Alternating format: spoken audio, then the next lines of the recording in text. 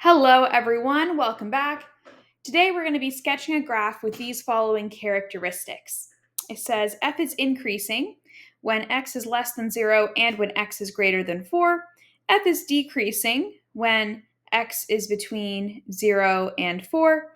F of x is greater than 0 when x is between -2 and 3 non-inclusive, and when x is greater than 5. And f of x is less than 0 when x is less than -2 and when x is between 3 and 5 non-inclusive. So I think the problem a lot of people have with questions like this is it can seem overwhelming to take into account all these characteristics at once. And it seems like if we try to draw a graph and then check it afterwards, we might have missed a couple things because it's hard to keep in mind all of these things at once. So I'm going to give some tips on how to answer a question like this effectively and correctly. So first thing I notice is here they're saying when f of x is greater than 0, when f of x is less than 0 in points 3 and 4 here.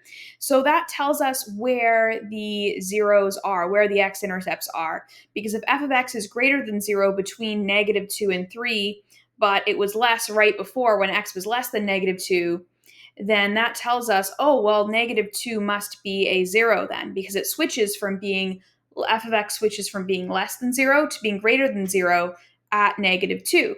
And then it switches back again at 3, right? It goes from being greater than 0 to being less than 0 once again.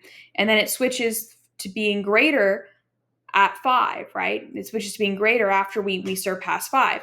And so -2, 3, and 5 are the x-intercepts. Those are the zeros here. And so that's the very first thing I'm going to draw is those zeros. So here we have -2, 3, 3,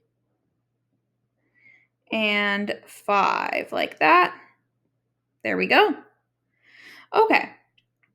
So now that we have that, we're going to look at what else we need to account for in the situation.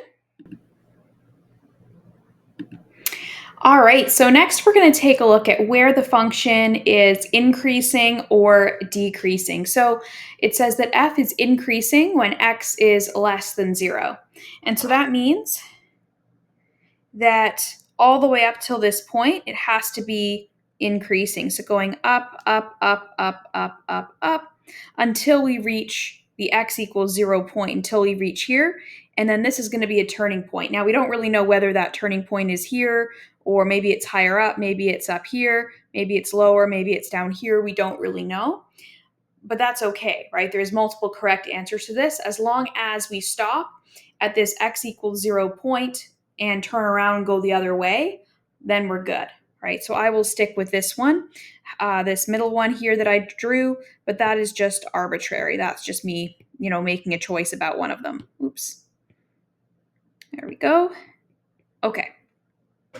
And then it says, you'll notice that this says that it is decreasing between 0 and 4. So that means at this point, I'm going to make it decrease, go down, down, down, and through the 0 we drew earlier, through that 3. And then right here where we get to x equals 4, I'm going to stop and draw another turning point. And again, this turning point could be higher than this, lower than this. Of course, it does have to be less than 0, right? Because we know that 3 is, from earlier, we know that 3 is a 0 and that we're going to be going below again, right? But it can be higher than or lower than it is currently. Then it says that from 4 and up, it should be increasing again. When x is greater than 4, we're increasing again. So therefore, I'm going to start increasing again, making sure to go through my 0, and I get this, essentially. Then the next question that we're asked is what the degree and the sign of the leading coefficient is. However, I know the answer they're looking for here is that it's degree 3, so I will write degree 3. Now keep in mind that the maximum degree that it could possibly be is the same as the number of zeros. In this case, there's 3 zeros, so we know that it must be 3. Now, if we have a doubled 0, right? So for example, if we have something that bounces off the x-axis rather than going through the x-axis, then that adds a degree to it without adding an extra 0. So that's something to keep in mind as well. Then they ask the sign of a leading coefficient. So for this, we have to think about the end behavior of this. Does this follow the end behavior of a line that slopes upwards or the line that slopes downwards? Well, this follows the end behavior of a line that slopes upwards, right? Since it goes down to the left and up to the right. And so therefore the sign of the leading coefficient is